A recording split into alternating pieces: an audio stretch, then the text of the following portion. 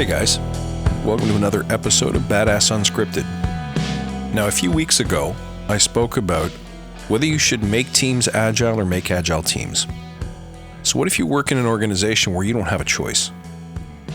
Where you've essentially been given teams and you're expected to make them agile? Well, here's the truth.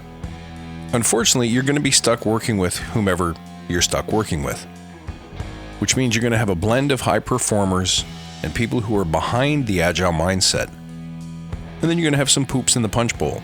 We know that already. But let it be known that you shouldn't just lean back and say, okay, well, it is what it is, and this is the best that it's going to get.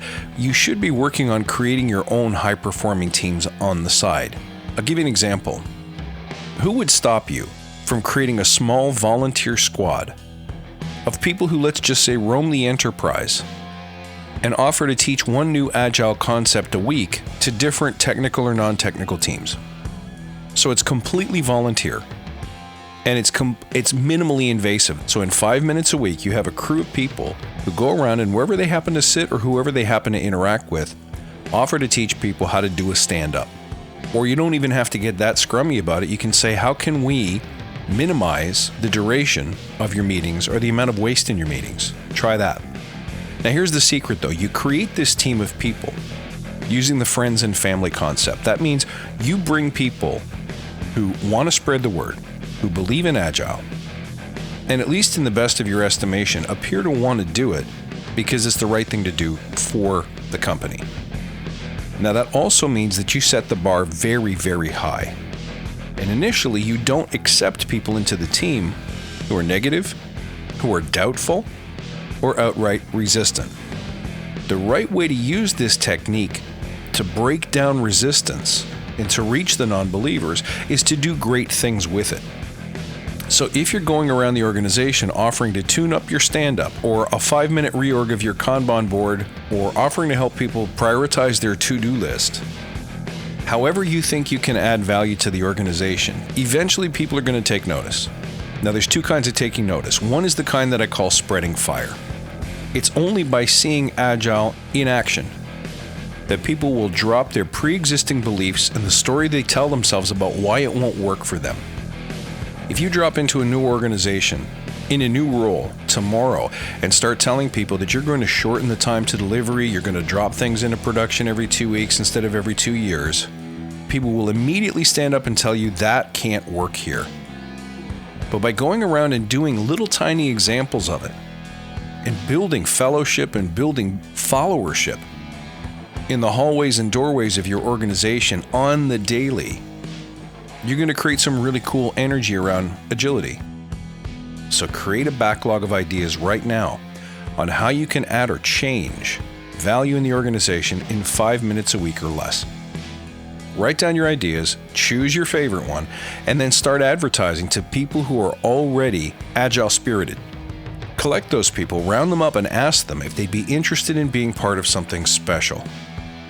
So now you have, in addition to the teams that you're running every day, where you have a mixture of experience, a mixture of attitude and mindset, now you have a bunch of people who are all about Agile, who want to do Agile things.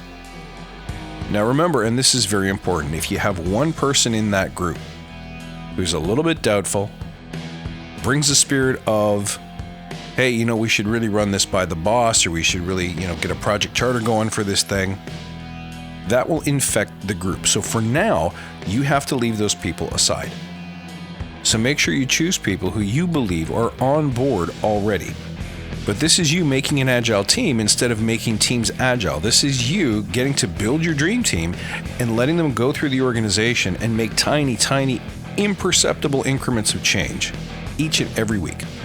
Minimally invasive, spreading fire, attracting attention to yourself. Now, the second kind of attention that you're attracting to yourself is potentially somebody is going to be looking around and saying, why are you spending money on this? Who told you it was okay to do this? Also known as the I'm telling your mom guy. We need to have a story ready for this person. So you have to have your logical argument and your emotional argument around why, if this organization wishes to become agile, we must trust our teams, we must invest in small experiments. And building this dream team is part of that philosophy, that mindset, and its action made real. Alternatively, you can say this is how you spread fire. This is marketing and campaigning for Agile at the ground level. But whatever your experiment is, you cannot accept any kind of interference that sounds like this. Well, this needs to become an official initiative and it needs to be approved by X. Nope, that won't work. Or this needs to be measured and documented and all that. Nope, that won't work. Or this needs to go through human resources. Nope, that won't work. This is a small ground level campaign that is minimally invasive, highly effective, elite, and quite possibly not sanctioned by the muckety-mucks. And it's one of the most powerful and effective experiments that you can try if you're willing. But I had a lot of people write to me and say, hey Chris, between making teams agile or making agile teams, I don't get to choose. Yes, you do. This is bottom up in addition to the cultural top down. This is you as a leader not asking for permission, but asking for forgiveness. And trust me, in the end, you create an inspirational culture where people feel free to run their own experiments, to own their own destiny. They feel happy and excited to come into the workplace. Consider rolling this into your practice and let me know what kind of results you get. Guys, so great to see you. Thank you for being true believers. I love each and every one of you. Don't forget to reach out at badassagile.com or contact me via Twitter at badass_agile or on the Instagram at badassagile. See you next time.